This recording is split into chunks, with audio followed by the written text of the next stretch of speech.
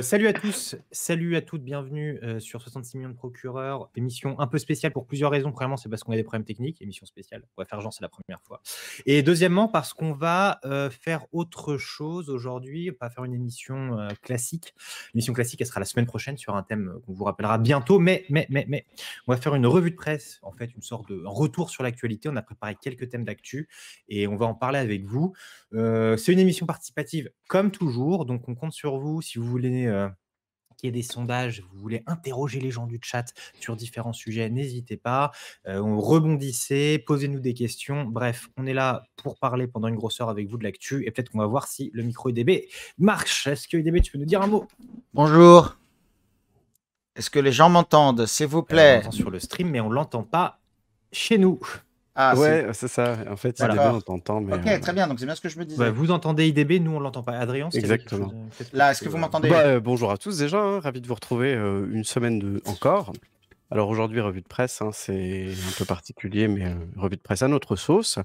N'oubliez pas que on a besoin toujours de vous pour faire vivre ce projet. C'est avec vous qu'on veut le construire.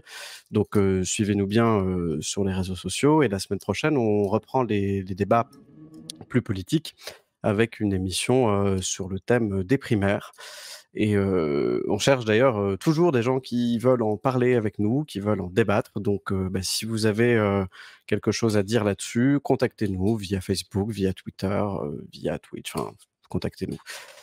Voilà, donc je ne sais pas si le problème est réglé au niveau du son, mais on peut peut-être commencer, puisqu'on a déjà pris un peu de retard avec tout ce qui est Suivez-nous sur prévu. les différents réseaux sociaux que vous connaissez, mais je pense que voilà, vous Tout êtes à au fait, courant. Vas-y, Adrien, exactement. commence. Et puis, justement, vu qu'on parlera primaire la semaine prochaine, on va commenter, hein, une actualité toute récente qui est le résultat de la primaire écologiste, en tout cas du 1er tour, puisque c'est hier que sont tombés, les résultats et au terme de ce 1er tour, c'est, le candidat Yannick Jadot et la candidate Sandrine Rousseau qui se sont, qualifiés au second tour avec, respectivement 27,7 % et 25,1 % des voix.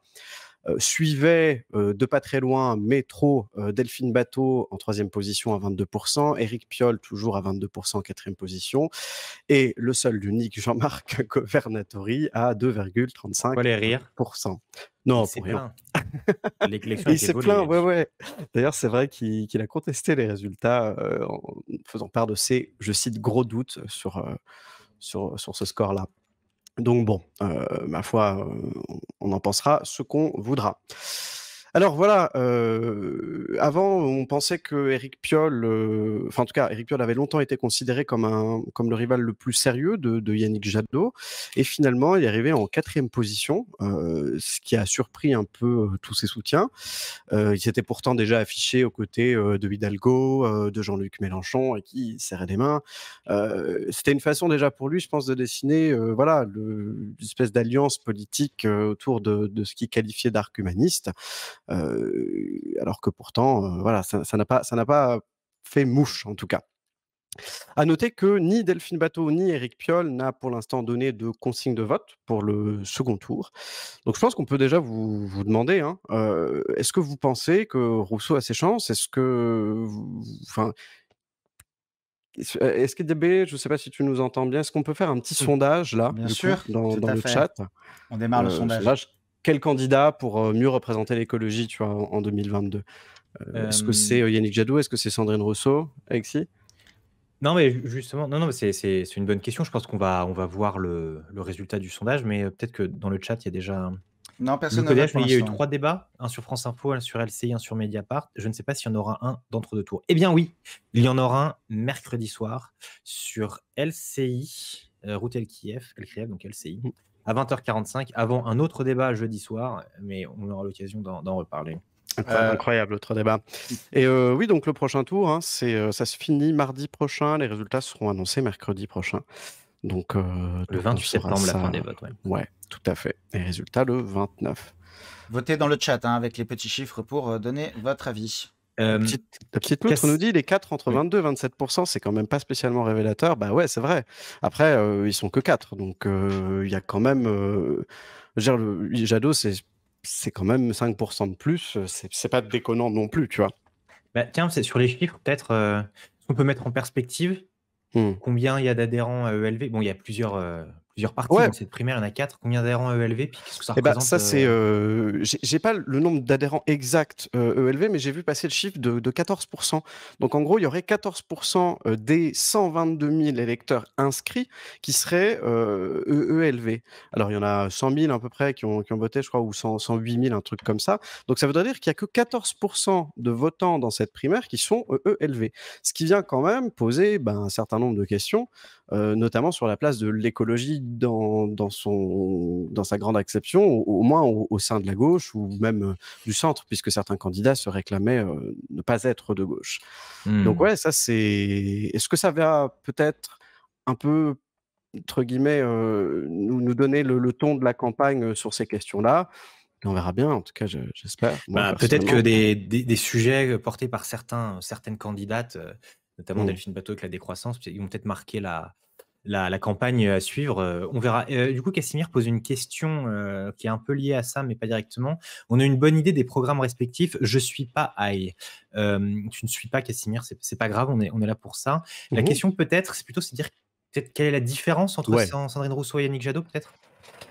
Ah bah, c'est pas la même chose, mais tu vas m'aider à y répondre parce que je suis pas forcément, le plus compétent pour toutes ces questions-là. Bon, en tout cas, j'ai regardé les débats et il y a d'un côté chez Rousseau une écologie beaucoup plus radicale avec des questions de société, notamment sur le féminisme dont elle se revendique, être une défenseure, ardente et voilà, c'est une gauche, en tout cas une écologie qui s'assume profondément de gauche avec, des questions, alors les questions de la décroissance, c'était plutôt bateau, mais voilà, quelque chose qui vient quand même, se différencier d'un Yannick Jadot qui s'inscrirait plus dans la continuité d'une gauche de gouvernement classique. Alors, est-ce que tu peux peut-être préciser un peu ça? C'est Parce que je suis pas. c'est vrai qu'il y a plusieurs choses. C'est vrai qu'Yannick Jadot, avant le début de l'élection, il y a un moment où on se demandait s'il allait pas devenir Macron compatible et Mmh. limite s'il allait pas rejoindre le gouvernement, hein. Là, il a repris une position un peu plus à gauche quand même, mais ce qu'on remarque, c'est que les Verts, enfin en tout cas oui, c'est les écologistes, donc c'est pas que ELV aussi, c'est pour ça qu'il y a d'autres partis écologistes qui sont représentés dans cette primaire, mais ont une volonté de pas trop se taper dessus ou pas trop se différencier pour éviter l'effet 2016 primaire droite et gauche qui fait qu'en fait, si tu as des positions qui sont trop irréconciliables pendant la primaire, derrière, après, c'est impossible d'avoir tout le monde derrière un même candidat durant l'élection générale. Mais je pense que sinon, tu as bien résumé. Et puis, de toute façon, on va pas y passer des heures, mais effectivement, on a Ouais, ouais, quelqu'un ouais. qui est plus, on va dire, Hidalgo, et quelqu'un d'autre qui est peut-être un peu plus Mélenchon, si on D'ailleurs, je doit regardais tout à l'heure caricaturer. parce que, Jadot a eu le soutien de Eva Joly donc Ouais. pour sa candidature et elle, disait quand même dans l'article que j'ai lu qu'il fallait, en tout cas qu'elle lui conseillait de radicaliser un peu sa position et probablement au vu, bah, du score qu'ont fait Sandrine Rousseau et Delphine Bateau qui, elles, portent un mouvement écologique, plus de «cassure» entre guillemets et ce qui a manifestement séduit une partie de l'électorat, écolo et de gauche d'une manière générale puisque ça répond probablement à des préoccupations par rapport à l'urgence climatique et compagnie. Donc, on ne sait pas trop comment il va se positionner, mais effectivement. Alors moi, la question que Et je voulais oui. vous poser, à vous tous, hein, c'est, en fonction de qui va gagner ce second tour, déjà, est-ce que Rousseau a une chance de gagner ce second tour? C'est ma première question et la deuxième, c'est en fonction de qui gagne, est-ce qu'il y a possibilité justement d'avoir un candidat qui va pouvoir s'allier, qui va pouvoir porter à lui tout seul un mouvement plus large que le sien? IDB, non, tu. Bah, c'est un peu ce que dit la petite Loutre dans le chat, 5 candidats sur 100 000 votants, ça risque de plus cliver que rassembler tout de même. Mmh. On en revient à la question de, si les gens sont pas capables d'accepter le jeu de la primaire, donc normalement, quand tu fais le jeu de la primaire, tu rentres dans le jeu du parti, c'est-à-dire qu'une fois qu'il y a un gagnant, on est d'accord et on vote pour lui, quoi. Sinon, c'est aller à l'encontre du parti, la primaire ne sert strictement à rien. Maintenant, est-ce qu'un Mais candidat est capable de le faire? Je pense que oui, en tout cas chez les Verts, oui. C'est peut-être dans d'autres partis, ce sera peut-être plus compliqué. On on tient quand même à dire, il n'y a pas de sondages qui sont effectués sur ces élections, des primaires. Il y a eu quelque chose qui a été fait en disant: «Est-ce que vous pensez que tel ou tel candidat pourrait être un bon président?» mais il n'y a pas eu vraiment de sondages qui ont été faits pour des intentions de vote, donc c'est très dur de dire. Mais là où, du coup, on ne peut pas dire que les sondages sont trompés parce qu'il n'y en a pas eu, mais les résultats de Jadot sont décevants.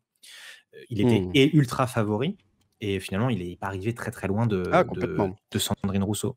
Donc après, oui, la petite Lou dit un truc intéressant, c'est que l'écologie est portée par tous les partis. Anne Hidalgo, quand elle a fait sa déclaration de candidature, Mmh. elle a mis l'écologie au centre de son projet. Jean-Luc Mélenchon également. Tous les candidats de gauche le font, même à droite, c'est un thème qui est important. Donc, est-ce que vous pensez que l'écologie, en fait, elle va se positionner sur la radicalité d'un candidat? Elle va se positionner sur quoi, en fait? Parce que si tout le monde utilise l'écologie comme un thème central, qu'est-ce qui va se passer alors pour eux? Après, ils ont l'avantage quand même d'avoir peut-être le plus de légitimité pour en parler. C'est eux les premiers qui parlent d'écologie. Ça ne veut pas dire, hein, effectivement que les gens vont se dire que ça doit être les seuls et fort heureusement.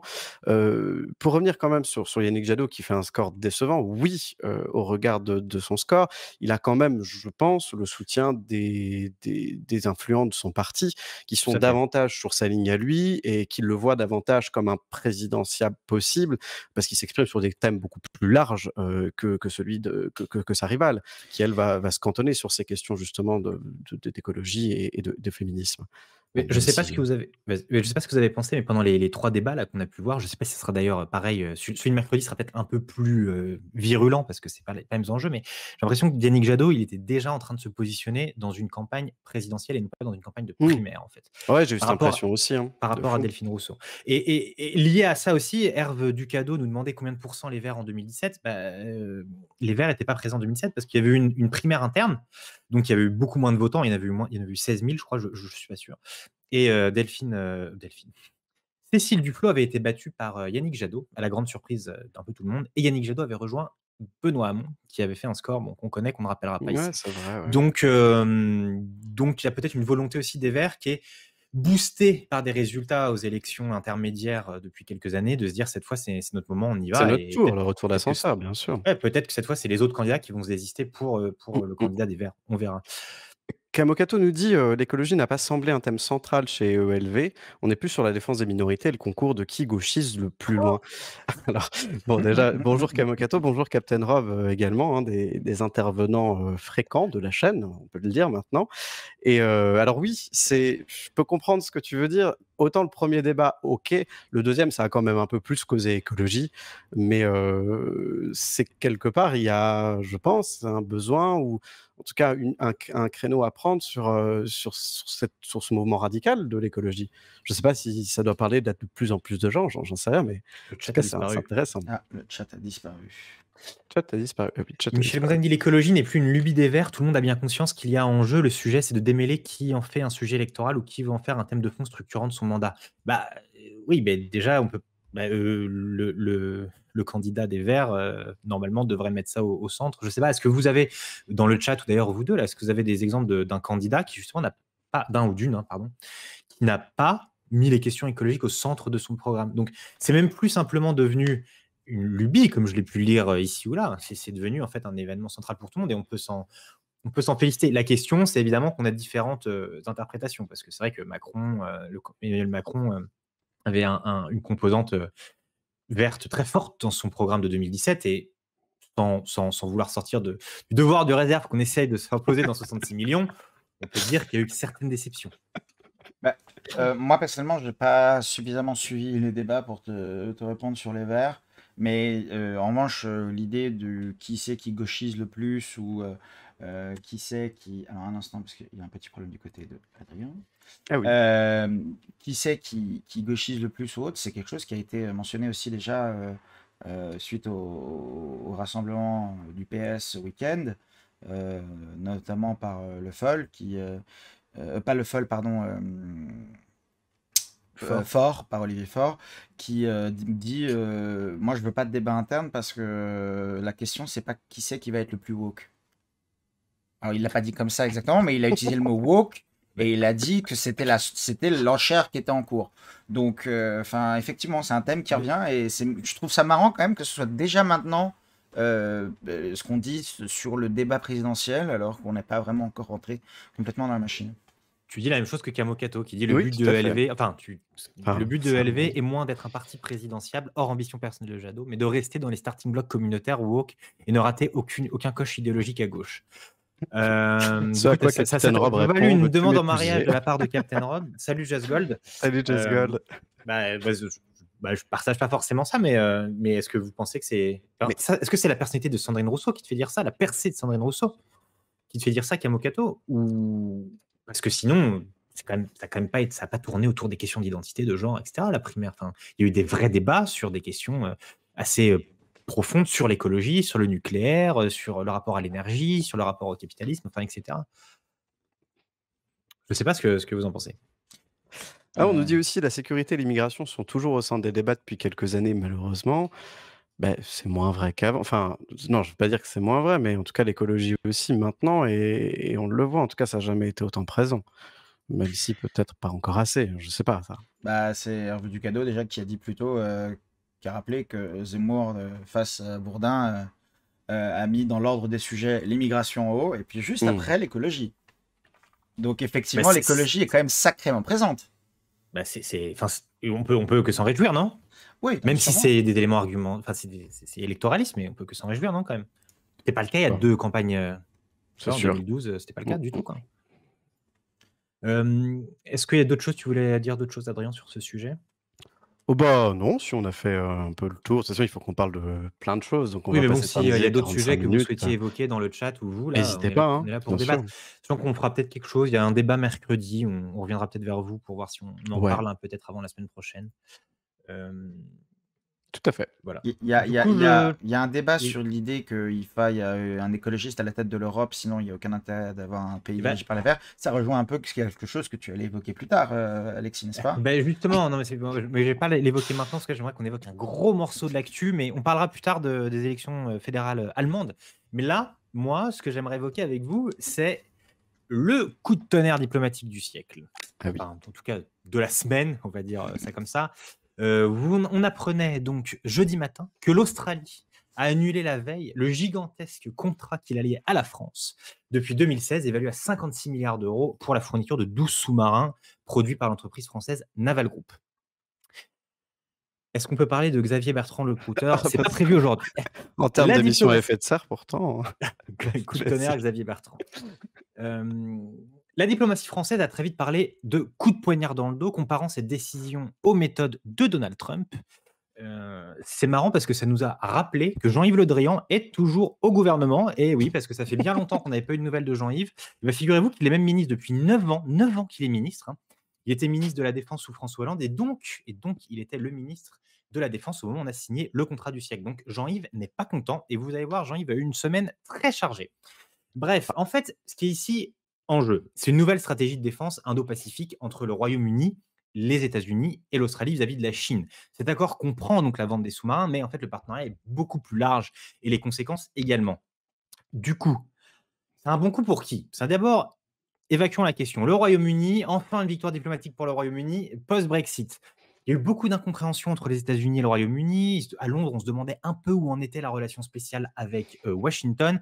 Il y a eu la débâcle de Kaboul. Là, enfin, une preuve d'amour. Voilà. Les USA, pareil, il y avait besoin d'avoir un quick win diplomatique à la suite de la débâcle à Kaboul. Donc, dans le cadre de la pseudo-guerre froide qu'ils se livrent avec la Chine, ils ont réussi à renforcer leur autorité dans la région. La Chine, justement, elle n'est pas contente. La Chine, elle a dénoncé un accord extrêmement irresponsable qui sape gravement la paix et la stabilité régionale.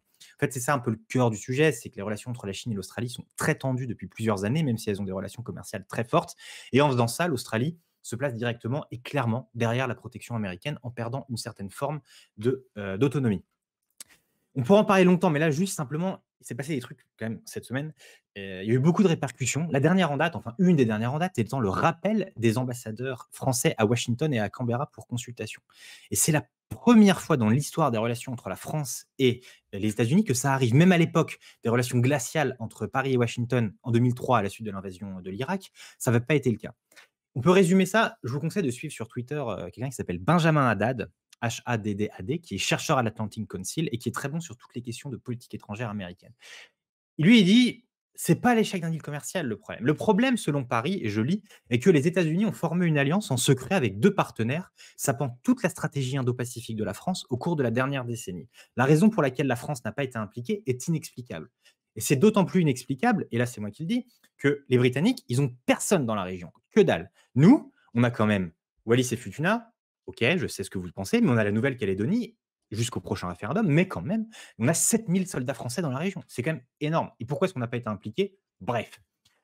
Juste pour finir, ça pose aussi la question de l'Europe dans la stratégie globale vis-à-vis des États-Unis. Là, après Kaboul, Là, l'Europe comprend vraiment très bien qu'elle n'est plus du tout, mais alors du tout au centre des préoccupations des Américains et qu'une réflexion devient nécessaire sur son autonomie stratégique dans ce nouveau contexte mondial. Nous, les Français, notre position de se dire on est un partenaire fiable mais indépendant, on ne fait pas tout ce que vous voulez, ça n'a pas l'air de plaire du tout, d'être en cohérence du tout avec les attentes des États-Unis. Donc il va falloir un petit peu repenser tout ça.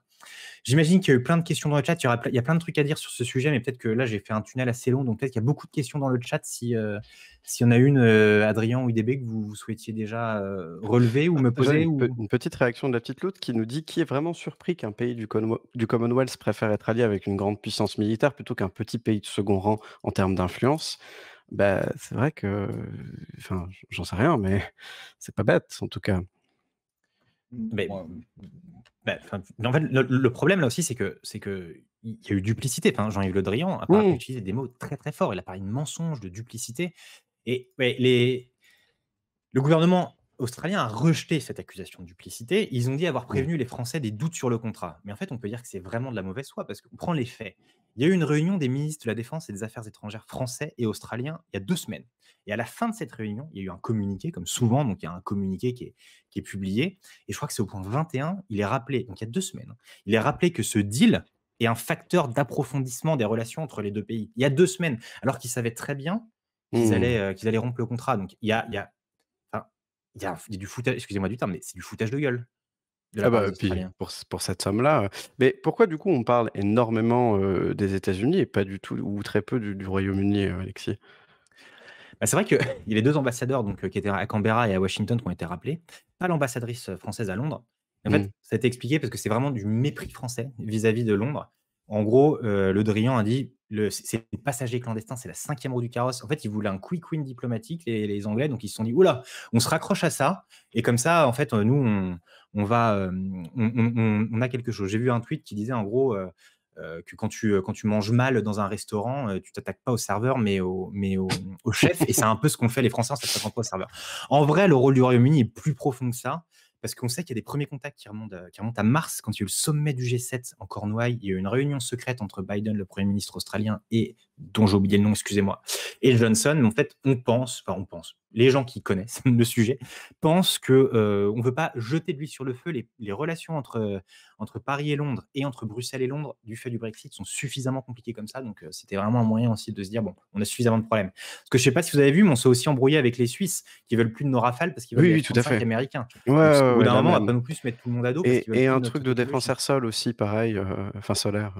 Voilà. Ouais. Il y a beaucoup de Kamokato choses nous dans le- demande est-ce qu'il n'y a pas aussi une méfiance de la diplomatie américaine, et pas forcément à tort d'ailleurs, d'une sempiternelle tentation gaulliste affichée ou sincère qui ambitionne de représenter une troisième voie et de ne pas se soumettre à leur giron. Déjà, c'est c'est très ce bien que formulé. Oui, Déjà. il l'a bien mieux formulé que moi. C'est quand je disais qu'en fait, l'espèce de positionnement qu'on voulait avoir d'être un allié qui est fiable, parce qu'on reste quand même dans le bloc, mais on est indépendant, clairement, ça a montré ses limites-là. Biden a clairement dit, en tout cas, les Américains disent, on veut pas de ça, quoi. On a besoin c'est presque de la vassalité. En fait, la question que ça pose aussi, c'est on est dans un monde post-guerre froide, dans un monde d'alliances où il y a des grandes alliances en fonction des sujets. Et là, qu'est-ce que ça veut dire avoir une alliance? À quoi on est allié avec les États-Unis? Pourquoi ils nous ont fait ça à Kaboul? Pourquoi ils nous font ça maintenant? Je veux dire, en fait, est-ce qu'on n'est pas plutôt dans un monde de partenariat ponctuel sur des sujets en fonction des intérêts des uns et des autres? Voilà. Mais nous, on va voir ce que va faire la France. Mais c'est intéressant de voir quand même que la France a réagi de manière très ferme. Et Biden, ça change quelque chose ou pas? Parce que, je veux dire, finalement, est-ce qu'il y a une véritable différence dans ces politiques-là entre un Biden et un Trump? Biden. Oui, pardon, je c'est suis du français, mépris. moi. Est-ce Biden, que hein. c'est du mépris?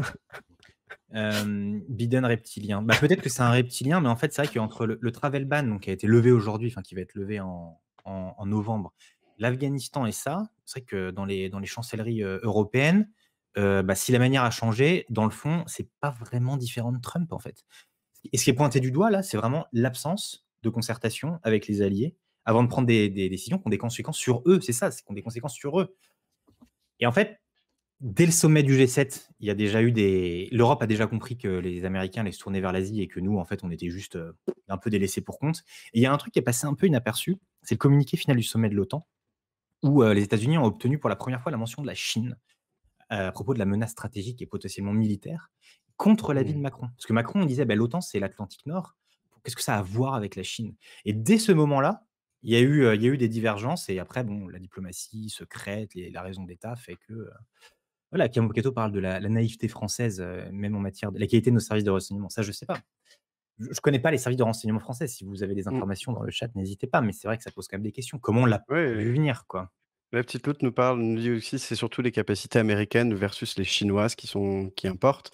D'ailleurs, on dit rien à propos des Australiens, le contrat était déjà en grosse difficulté depuis plusieurs années.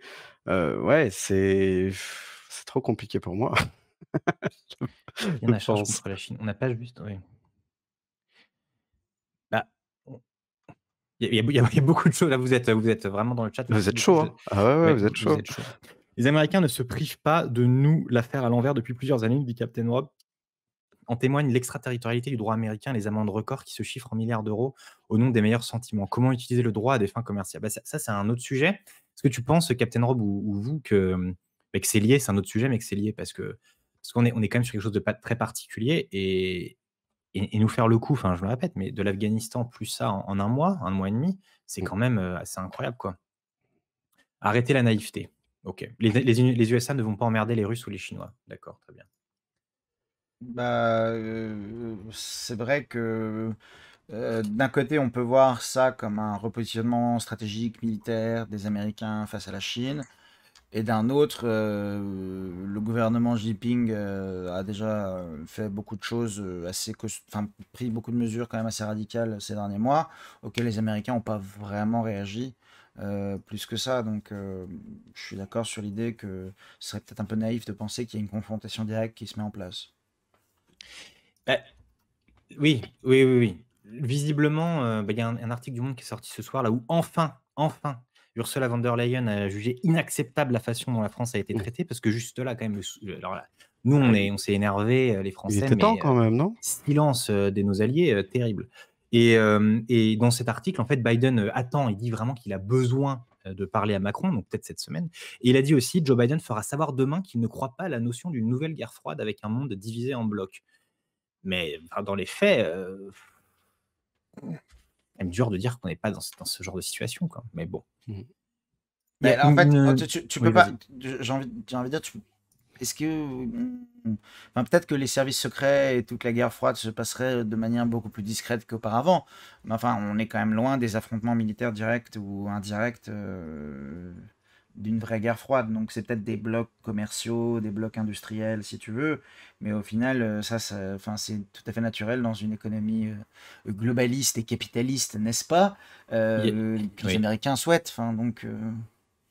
Il y a je vois dans le chat, quelqu'un parle d'Alstom. Alstom vient de signer un contrat avec l'Australie pour quelques centaines de millions. Voyons voir ce que ça donne. Casimir pose une question, parce que toi, tu dis il n'y a pas d'affrontement direct ou indirect. Casimir nous pose la question de le futur de Taïwan. Ça veut dire quelque chose, l'accord pour le futur de Taïwan? Bah, Taïwan, c'est toujours un peu, on se demande si, ça va pas être la provocation ultime des Chinois qui vont venir envahir l'île, on ne sait pas. Et enfin, je ne suis pas un expert de l'Indo-Pacifique, donc je ne vais pas en parler pendant des heures, mais c'est vrai que les affrontements, ils n'existent pas encore, mais on ne sait pas ce qui va se passer dans le futur. Et Mmh. Kamokato pose une question, l'UE, combien de bataillons? Bah, je pose la question, est-ce que c'est pas le moment de réfléchir à une Europe de la défense? Parce qu'au moins, si une Europe de la défense, elle pourrait faire valoir ses propres intérêts et pas attendre que l'OTAN, que les Américains, qu'un tel dise, X ou Y, non? Qu'est-ce que vous en pensez? Bon, moi non plus, je suis pas un expert. On va laisser la question en suspens et c'est pas mal. Ouais. Non, mais l'Europe de la défense, c'est une bonne idée ou pas? Moi, bah, dans le chat Ah, aussi, bon, hein. ça. Ah oui, bien sûr, dans le chat, moi j'aime L'Allemagne ne veut pas d'une Europe de la défense, mais l'Allemagne est non, paralysée pendant au moins 3 mois là, avec les ouais. élections, donc Ouais, puis bon, une Europe de la défense, ça voudrait dire qu'on croit encore au retour de conflits armés. Est-ce que c'est le message que va envoyer l'Europe? Je suis pas sûr. l'Allemagne, ne veut pas d'une Europe de la défense et Kamikaze. Ça tombe bien, Macron réunira un conseil européen sur ce sujet sous présidence française de l'Union européenne. Effectivement, parce qu'il y a eu le discours de l'Union de Ursula von der Leyen, on en parlera plus tard. En Et fait, les Polonais juste oui. pour relancer, pour finir, je pense qu'une Europe de la défense, tu peux pas la faire passer avant de réétablir enfin, en tout cas de renforcer la souveraineté de l'Europe par rapport aux pays de l'Union européenne, même si théoriquement il n'est pas censé en avoir une. Mais je pense que le premier moyen d'unifier et de montrer une solidarité haute passera par une autre étape politique peut-être ou sociale avant de faire passer ça par du militaire quand même. Enfin, ce serait dommage de prendre ça comme premier point d'appui. Je pense que c'est un débat qu'on pourra garder pour plus tard. Je sais pas si Adrien, tu voulais avoir un dernier point, ou si DB, tu peux nous Alors, on a dit lancer déjà sur un beaucoup autre de sujet. choses. N'hésitez pas dans le chat à continuer à en parler ou poser les questions. Nous, faut, voilà, on va avancer un peu parce qu'on a traité que 2 thèmes alors qu'il est 21h40 et qu'on en a 15, je crois. Donc, On les fera pas tous, hein, vous inquiétez pas. Non. Bah, UDB, tu veux peut-être lancer le prochain thème? On retourne en France? Allez, Allez. retournons en Allez, France. on retourne en France. Donc, ce week-end, il y a eu donc le congrès, je crois qu'on dit le congrès, oui, le congrès du PS à Villeurbanne, où Olivier Faure a été reconfirmé comme secrétaire général du PS. Voilà, on le félicite. Tant Bravo, bien de Olivier. mal, tant de bien que ça puisse lui faire. Ça nous a permis surtout de voir un peu des réactions de Stéphane Le Foll et de Anne Hidalgo, qui sont actuellement quand même les deux candidats principaux de la primaire. Je crois que d'ailleurs c'est les seuls annoncés, non? De la Ouais. primaire gauche. Voilà. PS, quoi. Enfin, pardon, PS, effectivement, on va pas mélanger. Tout d'abord, Olivier Faure, qui s'est exprimé ce matin, il me semble. Je sais plus à quelle antenne, France Télévisions, il me semble. Pour dire donc justement ce que je mentionnais tout à l'heure, c'est que Olivier Faure reste sur sa position, qui est d'ailleurs la même qu'Anne Hidalgo, de ne pas vouloir de débat pour les primaires, qu'il n'y aurait pas de primaire publique mais une primaire interne. En parlant de son raisonnement, pourquoi il ne veut pas de débat, il dit ça fait 20 ans qu'on. Donc déjà, attention, hein, ça fait 20 ans qu'on se connaît. Pensez vraiment qu'il y a des partisans du PS qui ne connaissent pas les candidats. C'est c'est peut-être symbolique d'un message un peu archaïque. Ah, carrément. Bah non, bah, c'est quand même dire, bon, ça fait 20 ans que c'est les mêmes têtes, quoi. Ouais. Alors qu'on est censé être dans la reconstruction du PS. Donc il dit, on veut éviter la surenchère, que les candidats ne se définissent pas par celui qui est le plus woke, etc. Est-ce que, moi, ça m'évoque plusieurs choses. Est-ce que c'est... Alors, en parallèle, il parle donc que le candidat aussi dans le débat ne doit pas en fait séduire ce qui est intéressant dans un candidat pour une présidentielle, c'est pas qu'il séduise son électorat déjà potentiel, donc son parti, mais plutôt qu'il soit capable de rassembler d'autres électeurs en dehors, donc les Français. Donc il voit pas l'intérêt d'un débat. Donc est-ce que c'est vraiment une ouverture vers l'extérieur de raisonner comme ça, ou est-ce que c'est justement un refermement à l'intérieur? Pour appuyer ce point-là, il y a Stéphane Le Foll qui, lui, justement, avance le contraire, qui dit que s'il n'y a plus de débat au sein du PS, c'est la mort du parti tel qu'il a existé. Et il l'a dit 2 fois en interview, c'est-à-dire qu'il l'a dit jeudi, il me semble, et il l'a dit dans le journal du dimanche hier encore. Donc lui, il veut vraiment aller au débat avec Hidalgo. Il avance des arguments dans son livre programme. Il parle comment ça s'appelle, de politique écologique, donc éco-keynésienne. Lui aussi, lui, en parlant de renfermement vers l'intérieur et d'ouverture vers l'extérieur, il parle du débat identitaire, du débat individualiste, qu'il pense être problématique et empêcher de faire avancer les choses. Donc, Stéphane Le Foll a très envie de parler, très envie de discuter, il a apparemment beaucoup de bonnes idées, et enfin, en tout cas de l'extérieur, on dirait quand même plutôt que c'est lui qui envoie le bon message pour justement rassembler les Français derrière. Il se trouve juste qu'Anne Hidalgo est le candidat préféré du PS, il semblerait en interne, et dans les intentions de vote également. Malgré tout ça, Anne Hidalgo, dans les sondages global d'intention de vote, fait moins qu'un certain Éric Zemmour, qui lui n'est pas encore officiellement candidat, puisqu'elle tape à 4% contre 9 à 10% pour Éric Zemmour. Voilà, donc à partir de là, moi je ne sais pas quoi dire par rapport aux primaires qui ne vont pas avoir lieu du coup au PS, mais est-ce que vous pensez vraiment que juste en discutant entre eux, avec effectivement des candidats qui donc apparemment connaissent très très bien, vu qu'il l'a dit, ça fait 20 ans qu'on se connaît, est-ce qu'ils vont vraiment réussir à aller un peu plus loin que le bout de leur nez? Est-ce que ça va vraiment leur permettre de sortir de la crise? Parce que Olivier Faure aussi parle de renouveau et dit les journalistes nous ont enterrés, après ce qui s'est passé, notamment avec Manuel Valls aux dernières élections. euh, vous nous avez enterrés et nous, on vous prouve le contraire depuis, notamment aux autres élections municipales, législatives, ainsi de suite. Je ne suis pas forcément d'accord avec ce qu'il dit déjà d'une. Enfin, je n'ai pas l'impression que les chiffres ou que de manière objective, on puisse défendre cette position-là de long en large et en travers. Et à partir de là, est-ce que vous pensez vraiment qu'on va réussir à trouver un candidat pour la gauche, en tout cas pour le PS, pardon, je vais arrêter de confondre, qui va séduire quelque chose d'autre que 4% de l'électorat? Bah, IDB, moi, tu me dis, Stéphane Le Foll, il a beaucoup envie de parler. Moi, je te demande qui a envie vraiment de l'écouter. Alors, bon, c'est bien évidemment sur le ton de la plaisanterie, hein, mais voilà, de ce qu'on a eu comme réaction dans le chat à tout ça, c'est mais est-ce que c'est pas du déjà vu tout ça? 6% à Mont, ils se sont déjà enterrés tout seuls. Bonne vanne. Là, c'est plus long que la Sagrada Familia, la reconstruction du PS tout de même. Enfin, je veux dire, est-ce que c'est pas aussi marqueur, ces réactions-là, de l'état du parti après la dernière présidentielle? Donc, Mais est-ce c'est que toutes ça. ces questions, elles ont Ben, encore... c'est ça, c'est-à-dire que c'est encore et encore que de la lutte en fait. C'est-à-dire que là, ils le font gentiment en disant juste, mais ils sont même pas d'accord sur la façon, ils vont se mettre d'accord. Donc, enfin, ils sont quand même bien encore dans le conflit, j'ai l'impression. Euh, et donc, ça va, je pense, si jamais ils viennent à élire un candidat, ça ne veut que dire que ce candidat sera peut-être pas forcément adoubé par tout le monde et que donc ils arriveront encore une fois pas à réunir leur électorat derrière un candidat unique. On a combien de candidats à gauche pour l'instant? Bah ouais, Faisons le c'est point. ça, quoi. Il y a C'est ça. le candidat qui va être issu de la primaire des Verts, enfin, des écolos. Ouais, Il y PC, a le candidat du PS. Il y PS. a Fabien Roussel qui a dit qu'il allait y aller. Mhm. Il y a Jean-Luc Mélenchon. Méluche, hein, il y va Il y forcément. il y a Arnaud Montebourg. Il y a Philippe Poutou. Et il y a Nathalie Arthaud. Et il y a une autre personne que j'oublie, qui est à la fête de l'UMA aussi. Ah ouais, merde, qui? Donc, si on enlève ce qu'on appelle l'extrême gauche, mais qu'on garde quand même Jean-Luc Mélenchon, on a donc 5 candidats, 4 candidats Mm. pour 25-30% de l'électorat. Donc en fait, j'ai envie de dire, c'est intéressant. Et même ce qu'on a dit sur la primaire des Verts auparavant, ce qu'on peut dire là sur Le Foll, on pourrait dire qu'il essaie d'exister parce qu'Hidalgo a la tribune de Paris, et voilà, etc. Très bien. Mais en fait, qu'est-ce qu'ils font là? Parce que même à 3 candidats, ça passe pas.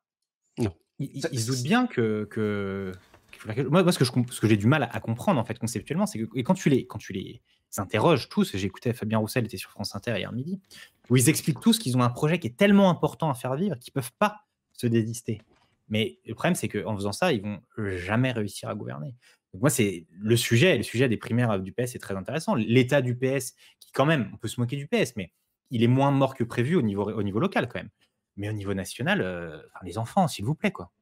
Faites quelque chose. Stéphane Le Foll enfonce vraiment le clou J'ai pu lire seulement un extrait du livre parce que je ne l'ai pas acheté malheureusement. Bon, Comment encore. ça? Oui, bah écoute, C'est pas du 66 millions total, ça. je sais pas, il est sorti hier, je crois, j'en sais rien. Enfin bref. Et puis il coûte 18 balles quand même, donc pour lire le programme d'un mec, merci. Non, mais il enfonce le clou dans un extrait où il dit on va vers le bipartisanisme entre le FN et La République En Marche. Enfin, donc le bipartisanisme, selon lui, c'est le centre contre l'extrême droite aujourd'hui. Voilà. Bah, c'est quand même bien culotté de la part de quelqu'un qui a bien profité du bipartisanisme LRPS ou UMPPS pendant 20 ans, quand même. Ça fait 20 ans qu'ils se connaissent, m'étonnes. Alexis, tu sais. Donc, Ah oui, oui. Oui, bah, enfin. Mais est-ce que c'est pas ça le problème, hein, finalement? Donc, Camocaton dit Zemmour, le chevènementiste. Donc, Zemmour fait partie des candidats de gauche, Camocaton, c'est ça que tu sous-entends. Les primaires ont favorisé les candidats les plus radicaux à Montfillon qui ont du mal à rencontrer un plus large électorat une fois en campagne. Oui, C'est puis en vrai. plus, comme on le disait tout à l'heure, ça a créé aussi des divisions insurmontables au sein de ces partis-là. Enfin, surtout à gauche, parce qu'à droite, il y a c'est Captain Rob, je crois, qui me disait, et c'est vrai, à droite, il y a quand même une discipline de parti chez LR qui est un peu plus forte, mais le lendemain du deuxième tour de la primaire du PS en janvier 2017, c'était déjà parti. Ah bah c'était le bordel. Mais à droite aussi, moi j'estime, mais c'est vraiment mon avis, qu'il y a une polarisation autour de questions plus radicales et de positions plus radicales. Au final, tout le monde est un peu d'accord, et ceux qui le sont moins, ils ont Jean Macron. Donc quelque part, ça s'est fait aussi à droite. Et c'est pour ça qu'on a vu les Républicains aller de plus en plus à droite, quoi. Enfin, en tout cas, c'est ma vision des choses, quoi. Mais c'est donc ça le néopopulisme? Non, mais il y a quand même une question qui est intéressante sur quel positionnement pour le PS. Parce que c'est vrai qu'on a donc beaucoup de gens qui sont partis chez LREM. On en a certains qui sont partis, les générations S qui sont partis chez ELV, ou enfin en tout cas dans le bloc écolo. Il y en a certains qui sont partis à LFI. Et même si on met de côté le Parti communiste et Montebourg, qui sont aujourd'hui dans une dynamique qui leur permet pas vraiment d'exister, mais peut-être que ça sera différent dans quelques mois. En fait, est-ce qu'il y a un espace pour faire vivre des idées en dehors aujourd'hui des écolos et de la France insoumise. Sachant que, je ne sais pas si vous avez écouté la déclaration d'Hidalgo à Rouen quand elle s'est déclarée candidate, honnêtement, la différence par rapport à un candidat de la primaire écolo, peut-être pas Sandrine Bah non, Rousseau, mais c'est... parce qu'aujourd'hui, la gauche, c'est ça, c'est la France insoumise et les écolos. Vous êtes Donc je d'accord veux avec dire, ça, vous, dans tout cela? Vas-y, je pardon. sais pas. Non, non, non, mais c'est juste ça, c'est que c'est plus le PS, quoi. Un sondage, un Macron sondage. a détruit ça. Enfin, c'est PS à août, nous dit-on, ouais, un sondage, vas-y, moi je suis chaud. Avec quel sujet pour le sondage, Alexis? Euh, Haha, je haha. pense que... Attends, je lis les... Vas-y, je te laisse réfléchir. En attendant, Donc, j'aimerais juste souligner un dernier point dans tout ça. C'est que il y a, je sais pas si tu as remarqué, une recrudescence des livres politiques. Oh, ça a toujours été ça Non, avant les non, non. présidentielles, non? Ouais, mais Plus là, aujourd'hui encore? non, mais je veux dire, t'as donc Hidalgo qui a été capable d'écrire un bouquin pendant qu'elle faisait préparer sa présidence, enfin sa candidature à la présidence, pendant qu'elle était maire de Paris. C'est intéressant. Quand est-ce que tu as le temps d'écrire Bruno un Le Maire bouquin? aussi, alors qu'il est ministre Bruno de Le l'économie. Maire, voilà, Bruno Le Maire également. Blanquer également.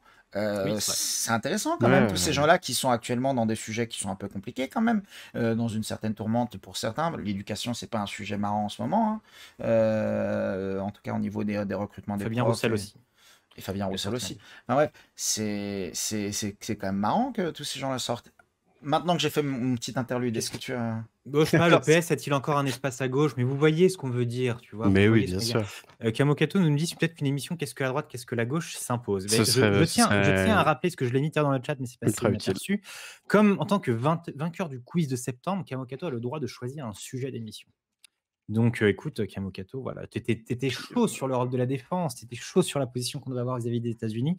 Mais si tu veux parler de la droite, de la gauche, écoute, nous, Moi, j'en on fera ce serais qu'on ravi fait. parce qu'effectivement, c'est une question qui est d'autant plus d'actualité depuis la dernière présidentielle et c'est pas pour rien qu'on en parle autant. Enfin, c'est pas pour rien que Macron a eu autant de succès, bon, relativement parlant, hein, mais non, il faudrait qu'on parle de ça. C'est une très Le bonne PS idée. est-il encore un parti viable? Bah, tu m'as pas donné d'intitulé. Moi, je Mais t'en si, donne je t'ai un. dit, le PS a-t-il encore un espace Attends, à comment on gauche? va Bah, c'est la même Deux. chose. Est-ce qu'il Deux. a encore un espace? Est-ce qu'il est encore viable? C'est-à-dire, est-ce qu'il peut encore se reconstruire? Non, Est-ce qu'il peut encore faire quelque chose? ça fait aussi... Bon, on va pas entrer sur un débat sur les partis sous la Non, Ve bien sûr. République, parce qu'on Non, en a un peu parlé la semaine dernière, mais est-ce que les partis, c'est juste... Est-ce que c'est simplement des machines électorales, ou est-ce que c'est vraiment des lieux de débat, de création idéologique? Moi, j'ai l'impression, là, quand je vois le PS et ELV, j'ai l'impression que c'est deux machines, et on se dit, genre, vas-y, hop, il faut qu'on fasse un tel pourcentage, il faut qu'on ait des députés pour avoir des sous, il faut qu'on ait des élus, etc. Et pour exister, il faut qu'on ait un score à la présidentielle. Et honnêtement, c'est dommage que le PS était quand même un parti de masse à une époque qui formait, enfin, ça n'a jamais été comme le PC, mais c'était un parti qui formait des gens qui n'avaient pas forcément la chance de pouvoir avoir un capital culturel. Aujourd'hui, il y a celle qui est caricaturée comme la bobo de Paris, et Hidalgo, puis Stéphane Le Foll. Excuse-moi, c'est pas non plus, en termes de... Et attention quand Je même vais quand rien tu parles de l'argent récolté par les élections et ce genre de choses, parce que sinon, le PS va se retrouver avec la stratégie du parti du plaisir, hein. Et là, ils vont récupérer des fonds, très bien, et puis ils vont exister, très bien, et puis ça va gentiment devenir une blague. On peut se demander pourquoi est-ce que le PC y va cette année. Et le PC y va cette année, parce que ça fait 2 fois qu'ils y sont pas allés, qu'au niveau local, du coup, ils ont moins de visibilité, et qu'il faut avoir des élus pour survivre. On peut se demander. Je dis pas Mais que on c'est le est- cas, on peut se mais dire on qu'on était, peut se on demander. était quand même sur une dynamique d'union de la gauche sur les 2-3 dernières élections, non? C'était quand même un peu l'idée, même si dans les faits ça n'a pas toujours eu lieu, mais enfin, on a quand même vu Clémentine Autain se rejoindre, se rallier à des mouvances qui n'étaient pas forcément aussi, on va dire, fermes Oui. qu'elle. Là-dessus, je veux bien réagir, Adrien, si ça te va. Parce qu'effectivement, on a eu quand même des alliances, mais c'était des alliances au niveau local. On a eu effectivement aussi dans les régionales, dans les Hauts-de-France, on avait une candidature commune à gauche. Pour les municipales, Éric Piolle, qui a été élu quand même avec une alliance avec la France Insoumise. Il y a eu beaucoup d'alliances au niveau local, mais là encore, on va pas refaire le débat de la semaine dernière, mais c'est qu'on se retrouve dans la situation de l'élection présidentielle où en fait, il faut y aller.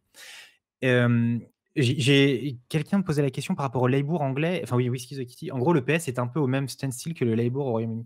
Pas exactement, parce qu'ils ont quand même la chance dans un système bipartisan. La chance pour le PS, enfin pour le Labour, dans un système bipartisan. Donc en fait, ils vont, quoi qu'il arrive, avoir beaucoup de MPs à chaque élection. Alors que là, le PS, le résultat est-il encore un parti viable? 85% des gens disent non, quoi. On n'a pas, enfin, un peu comme la prière du PS ou des Verts, on n'est pas non plus Mais si, sur si on un est effectif. représentatif. Mais si on est représentatif. Non, pas trop, mais c'est pas Écoutez, grave. Pas là pour on ça. prend la température de la pièce, quoi. Adrien, Exactement. peut-être la suite? Eh ben, écoute, enchaînons peut-être parce que mine de rien, on s'y On va attarde un peu. faire Mais que en tout 2 cas, tours de table, en fait, je pense. Hein. ouais, mais merci à vous dans le chat. Vous êtes chaud, vous réagissez, vous débattez, vous parlez. C'est ça qu'on veut, c'est ça qu'on aime. Donc merci à vous déjà. Alors moi, je voulais vous reparler un peu de l'assurance chômage puisque c'est de nouveau et encore une fois sur la table. Alors, je ne sais pas si vous avez suivi un peu toute l'histoire, mais très rapidement, en gros, il y a un décret qui a été suspendu par le Conseil d'État cet été et le gouvernement entend remettre en œuvre sa réforme de l'assurance chômage dès le 1er octobre. Donc, ça va arriver très vite. Ils vont donc republier un décret, a priori précisément le même, d'ici fin septembre. Et alors évidemment, les syndicats et le gouvernement se mènent la guéguerre depuis quasiment 2 ans maintenant. Et c'est d'ailleurs à la suite d'un des recours devant le Conseil d'État des syndicats que le dernier décret avait été annulé. Alors de quoi ça parle cette réforme et qu'est-ce que exactement le gouvernement tient à faire? Je vais faire rapidement un petit point sur les mesures et puis après on en parlera. Alors déjà, tous les salariés qui disposent au moins 5 ans d'ancienneté dans leur entreprise peuvent bénéficier de l'assurance chômage en cas de démission. Ça, c'est nouveau et c'était un des gros points avancés par le gouvernement.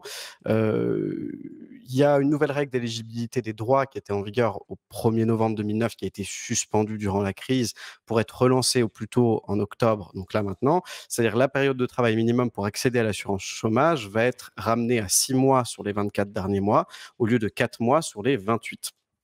Donc ça, c'est un durcissement, clairement. Le seuil minimum également pour le rechargement des droits du chômage, lui, il est porté à 6 mois depuis le 1er novembre 2019 au lieu de 1 mois. Donc là également, un sacré durcissement. Enfin, il y a une dégressivité de l'indemnisation qui est instaurée au début du 7e mois pour les salaires supérieurs à 4 500 € bruts mensuels. Alors ça, c'est pareil, il y a eu des adaptations en fonction de la crise et compagnie. On va pas trop s'y attarder. Ensuite, les travailleurs indépendants qui vont pouvoir bénéficier de l'assurance chômage sans cotisation supplémentaire. Alors ça, normalement, c'est depuis le 1er novembre 2019. Etc., etc. Enfin, quelques autres petits trucs dont on ne parlera pas plus parce que sinon on s'y attarde un peu trop. Alors, en somme, d'un côté, pour le gouvernement, ce décret-là, cette réforme, elle vise à améliorer le système actuel en poursuivant d'un côté l'objectif de lutter contre la précarité qui est liée à la hausse des contrats courts. C'est-à-dire qu'il y a beaucoup moins de CDD alors que l'activité, elle, a augmenté. Et supprimer les injustices dans le mode d'indemnisation qui, en fonction de si vous travaillez en partiel ou par période où il y a des trous, ça marchait pas du tout pareil niveau du calcul. Alors évidemment, les syndicats y voient un appauvrissement des droits pour les demandeurs d'emploi et souvent même des indemnisations. Donc déjà, moi, je voudrais vous poser la question et faire un petit sondage avant de continuer à en parler. Est-ce que selon vous, et DB, je te laisse le faire, l'assurance chômage doit, dans ses grandes lignes, durcir un peu les règles, augmenter les garanties pour les demandeurs, ou alors augmenter les garanties pour les demandeurs d'emploi afin de favoriser un retour à l'emploi? Ah, c'est ça qu'on demande ici. Moi, j'aimerais bien savoir déjà ce que vous en pensez sur la grande ligne. Alors, c'est évidemment hein, dans les grandes lignes. On peut pas avoir une question trop précise non plus sur ces Donc thématiques-là. êtes-vous de gauche? Ça, c'est Voilà. pas. Non, Ça, êtes-vous de droite? Deux de C'est gauche. ça. Et 3, 3, est-ce que vous aimez de Macron droite ou aussi. pas? Voilà, c'est ça. Ouais, Alors voilà, donc Personne n'a voté. qu'est-ce Personne que n'a vous voté. en pensez de cette réforme-là? Les partenaires sociaux, évidemment, vont réattaquer à nouveau le décret devant le Conseil d'État, c'est sûr. Alors, il avait été retoqué parce que c'était la crise, je vous la fais en cours, hein, parce que c'était la crise et que globalement, ça aurait mis certains salariés dans une situation trop compliquée par rapport à d'autres. Je vais vous mettre un petit lien dans le chat qui résume un peu tout ça sur le site du Conseil d'État, si ça vous intéresse, pour aller un peu plus en détail. Voilà, vous pouvez aller voir ça, c'est plutôt bien expliqué et c'est assez cool. Donc Ouais. voilà, dans l'idée.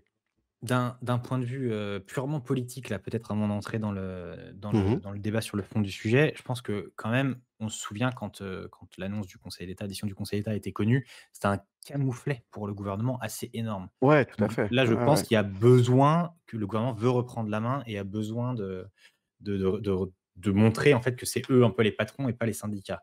Je pense que là, on va voir ce que va dire le Conseil d'État. Il a été saisi par la CFDT en quoi? Non, Il pas va se encore là, prononcer quand? Ah pour bon? l'instant, le texte est, alors il me semble, hein, j'espère pas dire de conneries, le texte a été soumis aux syndicats, mais pas du tout encore, enfin ça D'accord, viendra après, quoi. Mais ils d'accord. veulent tous le faire, en tout cas, de ce que j'ai cru comprendre. Ah d'accord, OK. Donc ce sera l'occasion d'un recours en référé. Mais est-ce que du coup la situation économique a suffisamment évolué C'est ce depuis que dit le juillet? gouvernement. OK, Voilà, parce qu'encore une fois, le Conseil d'État disait: «Bah non, là, c'est un peu la merde les gars, c'est pas le moment de faire cette différence-là». Le gouvernement dit: «On va refaire exactement la même chose puisqu'aujourd'hui ça s'est stabilisé, donc il y a plus de raison que le juge des référés du Conseil d'État nous retoque notre décret» et voilà l'idée. Donc et il nous manque un 4 selon la petite loupe qui serait améliorer l'adéquation entre demandeurs d'emploi et offres en travaillant sur la formation. Ça, la petite loutre, Ah, c'est c'est un, dangereux. c'est pour moi. C'est durcir les règles, qu'est-ce que Bah tu dis? oui, c'est durcir les règles parce que au final, tu peux pas améliorer l'adéquation entre les demandeurs d'emploi et les offres en travaillant sur la formation. Donc, je viens exactement de lire ce qu'il vient de dire, alors que j'essaie de paraphraser. Tu peux pas le faire. Non, mais attends, je vais y arriver. Vas-y, vas-y. Tu peux pas le faire sans limiter malheureusement les places dans les filières, en fait, je pense. Parce que ça va être très grossier comme analogie ce que je vais faire et ça va être un gros raccourci. Ne m'en tenez pas trop rigueur, mais enfin, je veux dire, je suis pas sûr qu'on ait besoin de tous les sociologues que les universités françaises produisent aujourd'hui, tout simplement parce que c'est oh, pop, pop, pop, pop, pop. non, mais tout comme je suis pas sûr qu'elle ait besoin de tous les architectes qu'elle produit aujourd'hui, ou tous les majors en philosophie, ou tous Bah, les, ou ou, ça marche pour beaucoup de choses en oui, vrai, non, hein, mais tu sais, pour tout, t'inquiète pas, tous les j'allais y aller, consultants, je sais pas quoi, mais mec, exactement, je suis d'accord, et pour tous marche les, aussi, hein. et pour tous les BTS commerce, et pour tous les diplômes de grande école, ou je sais pas quoi, je sais que c'est un peu Ça violent comme réagit dans le analogie. chat à cette Tout ce prise que de je veux dire, position. je sais bien, Ouais. mais c'est pas une prise de position, c'est pas une prise de position. J'ai fait des exemples un peu pour piquer tout le monde, mais ça marche pour tout. Je pense que de manière globale, enfin, je veux dire, à un moment, si le marché, tu peux pas générer de la demande, enfin, de la demande d'employés sur tous les secteurs en même temps, de manière artificielle, en fait. Donc, l'adéquation, je pense pas qu'elle puisse passer sans Mmh. une régulation des filières elles-mêmes. Ça veut dire quoi? Ça veut dire qu'on passe par la sélectivité. Bon, bah là, on retourne aux inégalités. Ça veut dire qu'on passe par quoi? Ça veut dire qu'on passe par par la loterie. Bonjour, on est de retour au tirage au sort. Enfin, je veux bien qu'on régule justement, qu'on remette l'adéquation en place. Maintenant, c'est une belle solution qui, malheureusement, je pense, n'a derrière pas trop d'applications Non mais positives dans tu l'ensemble. tu vois, quelque part la petite loutre là, enfin, dit un peu ça aussi. Je suis pas d'accord, mais déjà on peut classer enfin non, du coup il dit que je suis pas d'accord, mais on peut casser les clichés sur certaines voies, par exemple Je suis l'apprentissage d'accord, et c'est vrai que je suis d'accord. là-dedans, on a des métiers qui sont, ou en tout cas des secteurs qui sont parfaitement demandeurs d'emploi et où on va dire très tôt aux gamins: «Eh ben non, Oui, allez boulanger, c'est si tu rates un peu l'école, quoi». oui, oui, Alors que, bordel, on a probablement plus besoin de gens qui font du pain que de gens, oui. qui se branlent la Et t'as nouille des sur Facebook toute oui, la journée, bref. t'as plein de justement, c'est ça l'étude qu'il y avait eu il y a pas longtemps, je l'ai pas là sous la main, mais que t'as plein de gens qui ont des BTP ou des CAP ou ce genre de choses, Mmh. qui vont gagner, 3 ans après, leur sortie d'école, bien mieux leur vie ou même trouver tout simplement un emploi bien plus facilement, que des gens qui auront fait des études de Ah trois non, mais ça, quatre c'est 5 ans sûr, hein. plus longues. Bah, Et c'est quelque chose, c'est hein. vrai. Donc, forcément, oui, ça c'est Talon nous dit: «Il y a pas besoin d'autant de monde sur Twitch». Le oui, bâtard. ça c'est vrai, c'est vrai. Mais la bonne chose, c'est que nous, on vous demande pas d'argent, on ne demande pas à être payé, donc Pas encore, voilà. attendez, attendez. Contrairement à d'autres. Contrairement à d'autres, Allez hop. effectivement, qui rassemblent beaucoup d'argent alors Je qu'ils n'en ont je pas besoin. rebondis Je rebondis juste, Alexis, sur ta question de tout à l'heure. Tu me demandais ce que le gouvernement disait par rapport à ce changement de paradigme. Je suis désolé, j'ai juste retrouvé, j'y reviens avant d'oublier. Je cite, hein, ils nous disent tous les indicateurs convergent vers une reprise forte et durable, augmentation des effectifs dans le privé, au point qu'ils ont dépassé leur niveau avant crise, dynamisme des embauches, etc. euh, etc. Donc en gros, ces éléments invitent à ne pas différer davantage la mise en application des nouvelles règles de calcul des indemnités chômage. Voilà la réponse du gouvernement. Eh bien, on verra si ça va précariser les plus faibles ou si ça va aider à un retour à l'emploi. On pourrait déjà aussi débattre de est-ce que le retour à l'emploi, tout le monde a travaillé, gonfler le PIB, est-ce que c'est vraiment toujours un indicateur pertinent en Mm. 2021? Comme il est 22 heures, je propose, Adrien, que tu fasses Ouais. ton dernier thème parce que je pense que beaucoup de monde a Bah, beaucoup de choses à dire vas-y, sur ce toi. sujet. Non, non, non, Ah, non, sur vas-y, vas-y. vraiment, on est Oui, oui, sûr, on est oui, oui, vraiment oui. sûr qu'on a envie de faire ça. Vas-y, vas-y. Alors moi, Attends, je parce vais que vous déjà, peut-être tu parler. devais nous donner les résultats du sondage Ah avant, et oui, puis oui, après, tu peut-être, t'enchaînes. Bah, bien sûr. tout le monde le Oh, c'est voit, serré. mais tout le monde le voit. Alors, tout le monde le voit, donc le 2 l'emporte. Augmenter donc les garanties pour les demandeurs d'emploi afin de favoriser une stabilité propice au retour à l'emploi. Je tiens à préciser que les résultats en plus sont un peu faussés parce que Michel Gonzague l'a signalé, il s'est trompé. Il voulait voter 2, il a voté 1. Et vu la petite Ah taille Ouais, ouais. donc, d'effectifs qu'on a, c'est quand même bien Ah le ouais, 2 c'est qui quand l'emporte même. assez largement. Qu'est-ce que ça veut dire du chat qui a voté de manière un peu différente si on prend le compas politique sur les autres votes? Peut-être qu'on a ici un beau melting pot des opinions. Voilà, c'est tout ce que j'ai à dire sur ce beau sondage, Alexis. très bien. Merci. Et donc, du Eh bien, coup, merci à Adrien, je te tous, hein. laisse enchaîner. Ouais, alors c'est un thème, moi je voulais pas trop en parler à la base parce qu'on l'entend assez, mais j'ai revue de presse oblige, on est obligé de faire un peu le tour. Et on va parler de notre adoré Éric Zemmour. Donc, Éric Zemmour, vous savez qui c'est normalement maintenant, un polémiste avec des guillemets, puisque c'est maintenant comme ça qu'on le qualifie. Si vous avez un peu suivi, et je pense que vous n'avez pas pu ne pas suivre en réalité, CNews a annoncé, enfin en tout cas a relayé la décision du CSA qui a contraint la chaîne, plus ou moins à se débarrasser d'Éric Zemmour. Alors c'est pas tout à fait ça, hein, mais en tout cas le CSA a demandé aux médias de décompter, les interventions de Éric Zemmour portant sur le débat politique national et ce qui a poussé évidemment, vu le taux, de présence du bonhomme sur la chaîne à s'en séparer. Et depuis, on assiste à une avalanche de Éric Zemmour dans les médias. Alors pas trop sur le service public, pour être honnête. Je pense qu'ils attendent un peu qu'il soit candidat officiellement, mais partout ailleurs, hein. En tout cas, c'est vrai que là, on l'a vu. Je vais pas faire la liste, hein, mais on l'a vu chez Salamé et Ruquier, évidemment chez Pascal Praud, avec qui il était d'accord sur beaucoup de choses, sur BFM, sur RMC, etc., etc. Enfin bref, en gros, on a un polémiste qui a des idées très marquées, écoutez, à droite, en tout cas, qui revendique des questions identitaires, des questions des questions qui pourraient très bien aller à l'extrême droite en tout cas, et qui a récemment loué le Palais des Congrès de Nice, sur ses propres fonds du coup, hein, toujours pas en tant que candidat, pour aller à la rencontre de ses fans, hein, dans le cadre de la sortie de son nouveau livre, La France n'a pas dit son dernier mot, c'est le titre. Donc il s'est retrouvé face à 1000 fans de son personnage, et il a encore insisté en disant: «Ne vous emballez pas, c'est pas ce soir que je vais le dire», en disant: «Bah, voilà, c'est pas maintenant que je vais me déclarer candidat». Alors d'abord, bon, il a aussi évoqué cette histoire des prénoms français, dont on a entendu parler depuis, ça a fait un peu scandale. Tout le monde a un peu réagi. Alors d'abord, quand est-ce qu'il sera candidat Éric Zemmour? Est-ce qu'il l'est pas déjà? Pour une première question. Et c'est comment est-ce qu'on fait pour traiter tout ça médiatiquement aujourd'hui? Comment est-ce qu'on fait? Est-ce que c'est pas trop finalement, tout le patatras qu'on fait autour de ce bonhomme? Il y a, il y a quand même quelque chose d'assez intéressant. Alors, est-ce qu'il est candidat, pas candidat, etc. Il a dit qu'il y réfléchissait quand même quand il était chez Mmh. Ruquier. Oui, Ça, non, mais c'est assez clair, je pense, mais bon. mais ce qui est intéressant, c'est de voir quand même, on a un paradoxe dans la plupart des grands médias qui Mmh. consiste à dénoncer Zemmour pour ce qu'il représente, mais quand Ouais, même ouais. à lui donner beaucoup d'espace parce que il fait du buzz. Et moi, ça me rappelle un peu, mais alors je sais que les situations sont très différentes et que les comparaisons sont souvent un peu foireuses, mais je un peu naturellement, je revois, CNN en 2015 qui se moque de Donald Trump en disant, Ouais. «Si on se moque de lui, ça va le décrédibiliser, auprès du grand public». Là où en fait, bah, il s'est fait la même chose, enfin, Quotidien qui se moque de Zemmour parce qu'il a Mmh. dit, «Ma mère» au lieu de «ma femme», je sais plus, enfin, je sais pas si c'était la semaine dernière. Pour moi, il y a quand même un risque que ce soit pas vraiment pris au sérieux, enfin un risque.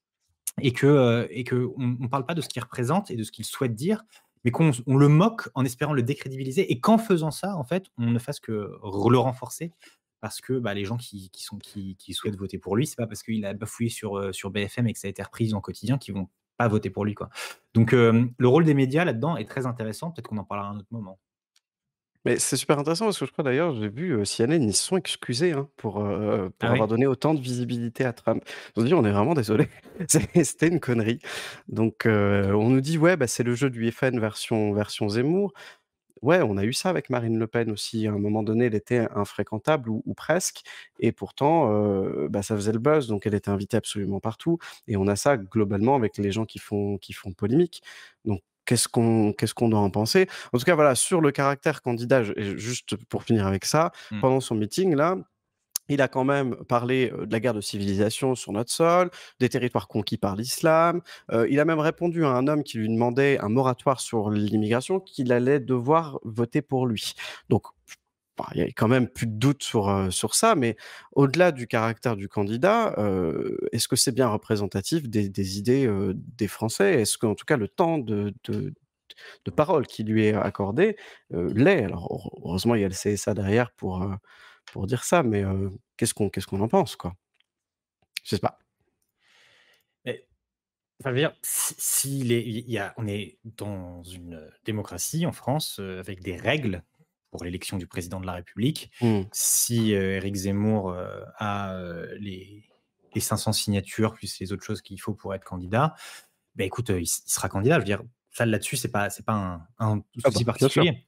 Mais ce qui est intéressant, c'est de voir que, en fait, c'est comme si le RN était devenu un parti mainstream qui, du Ouais. coup, ne correspondait plus à l'attente des Français et enfin, en tout cas, des Français qui votaient pour lui et que maintenant, en fait, Marine Le Pen, elle s'est faite, OK boomeriser ou Bah, elle est par, dans l'establishment maintenant, ça fait trop longtemps, le RN fait des trop bons scores, j voilà, c'est alors que Zemmour se présente lui comme le nouveau, candidat hors establishment et à ce titre-là, bah, ouais, un Donald Trump, quoi. J Voilà. En tout cas, c'est assez compliqué d'estimer ces histoires de représentativité et de temps de parole puisqu'il n'est pas encore déclaré et beaucoup ne sont pas encore déclarés candidats. Donc le CSA, normalement, a une interprétation assez souple de toutes ces questions, pour la télévision en tout cas.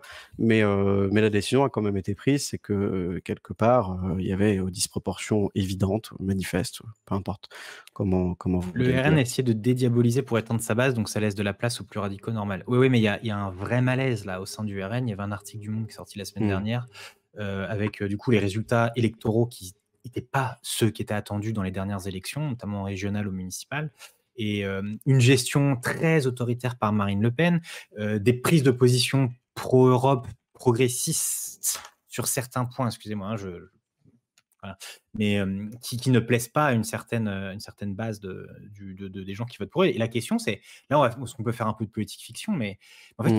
est-ce que ça peut avoir un impact sur la campagne déjà s'il est candidat, Éric Bah, Zemmour? ouais, Est-ce déjà que ça par va rapport au front au Rassemblement national. Rassemblement national au second tour avec un Zemmour qui fait 10, c'est non. C'est tout de suite non. En tout cas, c'est une pour moi une véritable épine dans le pied de Marine Le Pen. Mais, j'ai discuté avec des amis à moi qui m'ont dit peut-être que ce sera l'inverse et qu'il va aussi pomper tellement de voix aux candidats de la droite classique que alors moi je suis pas d'accord avec ça, mais enfin politique fiction, qu'est-ce que vous en pensez vous dans le chat? Est-ce que Éric Zemmour c'est, la fin, en tout cas c'est, la fin de Marine Le Pen au second tour ou pas, tu vois? Je J'en sais rien. bah, parce que enfin, si on réfléchit, on peut faire de la oui, du mathématiquement par rapport au pourcentage des uns et des autres et cetera. Mais en fait, qu'est-ce que ça veut dire aussi du débat, politique en France? Parce que comment on a arrivé à un moment où on se retrouve avec, donc là, on est sur, si on prend les sondages aujourd'hui, on parlait tout à l'heure du bloc de gauche avec ces 4 candidats qui représentaient à peu près, 30-35. Là, on est Mmh. sur 2 candidats qui représentent la même chose, quoi. Donc à partir de... Et c'est quelque chose d'assez nouveau. Enfin, on va dire, on a parlé de l'émission sur le Front républicain en juillet, certains étaient là.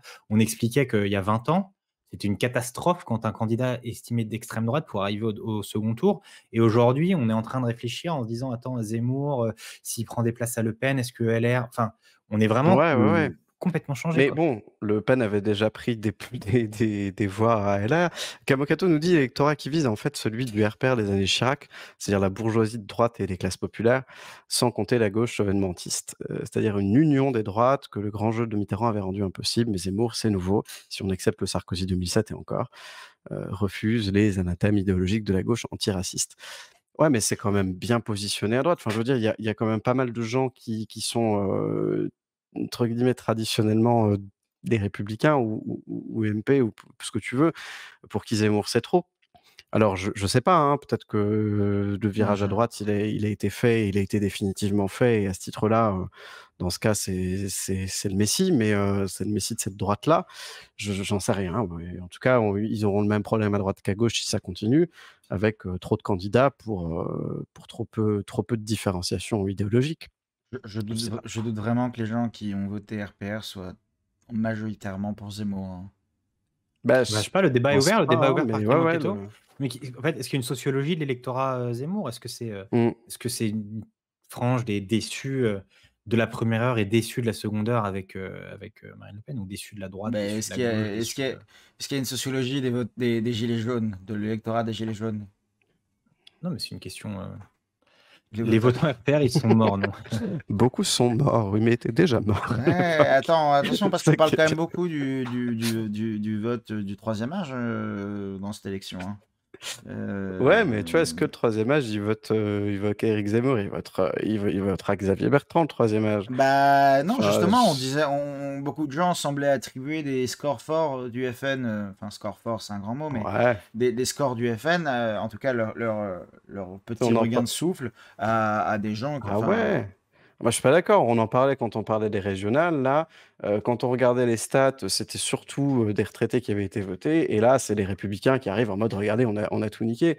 Je pense que c'est pas pour rien. Tu vois, traditionnellement, ces partis-là sont tellement implantés dans ces populations-là que c'est compliqué de. Je sais pas. Vous êtes cliché, bah, probablement, hein, mais on est Non, mais ce non, qu'on est. Donc, le débat, il est à vous. Hein, c'est à vous. Ouais, ouais, on est cliché parce qu'on meuble, les gars. Non, puis en fait, Non. enfin, je veux dire, évidemment qu'on a nos opinions et on n'est pas des politologues accomplis. Donc, je veux dire, l'idée, c'est d'en discuter avec vous et tant mieux presque si on est cliché et que vous avez quelque chose à y redire. Vous rigolerez moins quand il y aura un second tour Zemmour Hanouna Power TV. Bah, il y a Ah ouais, déjà tu un m'étonnes. débat. Il y a Bah, déjà un débat Zemmour Mélenchon jeudi soir sur BFM. oui, et puis Hanouna, qui a lui aussi sorti un livre en parlant des Oui. livres politiques, en collaboration avec Ouais, Christophe c'est Barbier, hein. Ce que les Français m'ont dit, je crois, ça s'appelle. Oui, et donc Camo nous dit en 3 messages que réécouter Chirac dans les années 80, bien plus dur que Zemmour sur la question migratoire. Le bruit et l'odeur, les allocations Ouais, d'Avis, les paris mais, interdits, ouais, c'est vrai, le ouais, mais RPR en 90 affirmait que l'islam n'était pas compatible avec Ouais, la mais République. tu peux pas. Ouais, mais tu peux pas. Enfin, je pense que vu la vitesse du changement social et sociétal auquel on a lieu, pas à la même époque je non plus, pense c'est que je vrai. pense que tu peux vraiment pas voir les choses avec le même. Enfin, tu peux pas analyser les choses aujourd'hui telles qu'elles étaient à l'époque. La petite Loute nous dit, est-ce que c'est une vraie tendance ou un soufflet alimenté par les chaînes d'infos en continu et compagnie? Mais je t'ai dit. Je pense qu'il y a un peu des deux, mais... Bah, Ouais, et puis c'est comme ça qu'il s'est fait, quoi. Sauf Mais que- sauf que Trump, ça a marché, donc. Oui, sauf que c'est ça, c'est que comme je l'ai dit tout à l'heure, il y a des sondages qui lui donnent 9 à 10% d'intention de vote. Ouais, hein. Enfin, je veux dire, c'est plus qu'un engouement médiatique. Alors, ça veut peut-être dire que si jamais on donnait un engouement médiatique au PCF ou au Vert, il ferait des scores un peu plus intéressants. Pourtant, l'écologie est quand même fortement dans le débat médiatique, on va dire. Peut-être un peu moins la théorie marxiste, mais enfin. Oui, c'est peut-être la faute du tabassage médiatique constant que les idées de Zemmour, au final, on perd. J'allais dire un mot, mais je suis pas sûr qu'il existe en français. Percolé dans l'opinion, on va dire, publique. Mais aujourd'hui, le fait est que le mec a plus d'intention de vote que Hidalgo sur le même sondage. Ouais, puis bien plus, hein. C'est quand même violent. Enfin, c'est violent, c'est une grosse différence. Ok. Voilà. Voilà, voilà, voilà. Non, mais de toute façon, Là, on tourne on un peu va en arrêter boucle. sur ce sujet-là parce on aura l'occasion Ah, d'en reparler. ouais, on n'a pas parlé de l'Allemagne, c'est bête, c'est bête, c'est bête. Bah, je peux vous parler des élections fédérales en Allemagne si vous voulez. Non, mais sur Zemmour, on va arrêter là en tout cas parce que Oui, c'est oui. vrai que bon, On va pas lui c'est pas donner encore tout le vraiment un temps de débat. parole qu'il a perdu. Non, c'est clair. Est-ce que notre impossibilité d'analyser le cercle politique actuel n'est pas en lien avec la mauvaise lecture qu'on a de notre société, par extension le fait qu'il n'existe plus de mélange social? Bah, voilà, donc en fait, c'est vrai qu'il y a beaucoup de sujets sous-jacents avec cette question-là. On pourra Ouais. en reparler au moment où il sera candidat et quand on saura un petit peu quel est son programme, ce qu'il veut et puis avec qui il veut travailler. Parce que pour l'instant, d'où viennent ses financements, et cetera. Pour l'instant, c'est un peu tôt. Moi, je vous propose peut-être, pour finir, un sujet plus, enfin, pas plus important, pas forcément, mais pour l'avenir de l'Europe, c'est, les les élections fédérales en Allemagne. C'est un sujet qui est quand même important au niveau européen. C'est donc cette tenue des élections fédérales allemandes le 26 septembre prochain. L'enjeu est massif car les résultats de cette élection permettront de connaître le successeur d'Angela Merkel qui est chancelière allemande depuis novembre 2005. C'est-à-dire que je crois qu'en Europe, il n'y a que Poutine qui était déjà au pouvoir à ce moment-là. Donc, Mais c'est sauf que les élections du Poutine. Bundestag, la chambre Sauf... basse du Parlement. Et ces élections, donc comme c'est un régime parlementaire, déterminent non seulement la composition du pouvoir législatif, mais aussi celle du gouvernement fédéral. Il y a plusieurs candidats. Je vais vous parler des 3 candidats principaux parce que sinon ça va durer des heures. Armin Laschet, qui est donc le dauphin de Merkel, ou en tout cas le dauphin du parti, la CDU. Il est actuellement ministre-président de Rhénanie-Nord-Westphalie. Il est plutôt centriste. Il veut un allègement fiscal pour les entreprises, limitation de l'immigration, renforcement de la sécurité intérieure du pays, parce que ça vous rappelle quelqu'un. Il a longtemps été favori, mais depuis l'été, sa campagne patine un peu, notamment depuis la publication des images le montrant en train de se marrer lors d'une visite aux victimes des inondations de juillet. Ça fait toujours, c'est toujours super. Ensuite, on a Olaf Scholz du SPD, qui est donc le parti des sociodémocrates, qui est l'autre grand parti historique allemand. Du fait des alliances au Parlement, parce que le politique allemand est plus compliqué que la nôtre probablement. Il est ministre des Finances d'Angela Merkel et vice-chancelier. Et lui, il a un programme qui est vraiment axé sur l'économie et l'écologie. Il veut un mix électrique 100% renouvelable à l'horizon 2040, des investissements dans plein de choses, de la hausse du salaire minimum, etc. C'est le seul qui n'a pas fait d'erreur pendant la campagne, mais qui a le charisme d'une huître enrhumée. Enfin, Naëla Baerbock pour les Verts, elle surfe sur le bon résultat de son parti aux dernières européennes. Elle a un programme qui comprend la mise en place d'un impôt sur les hautes fortunes et l'abandon de l'orthodoxie budgétaire, très important en Allemagne, pour financer des investissements dans des infrastructures vertes et numériques. Alors, à l'annonce de sa candidature, elle a eu une vague de soutien très importante, mais on s'est rendu compte qu'elle a menti sur son CV pour compenser son manque d'expérience. Donc ça, c'est pas terrible. Les thèmes au cœur de la campagne, rapidement, parce qu'il est déjà tard, il y en a principalement 2, en fait. Et c'est assez intéressant, parce que c'est assez différent de la France, vous allez voir pourquoi. Il y a les questions environnementales, qui avaient été éclipsées par la pandémie, mais qui sont revenues au cœur de la campagne à la suite des inondations cet été. Je ne sais pas si vous vous souvenez des images terribles qu'il y a eu en Allemagne et en Belgique. Mais aussi une particularité sur l'environnement en Allemagne, c'est qu'après l'incident de Fukushima, le pays s'est tourné vers les énergies renouvelables, mais qui ne sont pas développées suffisamment. Du coup, pour la transition, l'Allemagne s'est tournée vers le charbon, jusqu'en 2035, qui n'est pas du tout en ligne avec les impératifs européens. Donc ça, c'est un vrai sujet. Le deuxième, c'est l'économie. Il y a un revirement important de l'Allemagne sur la question de l'impératif de l'équilibre budgétaire.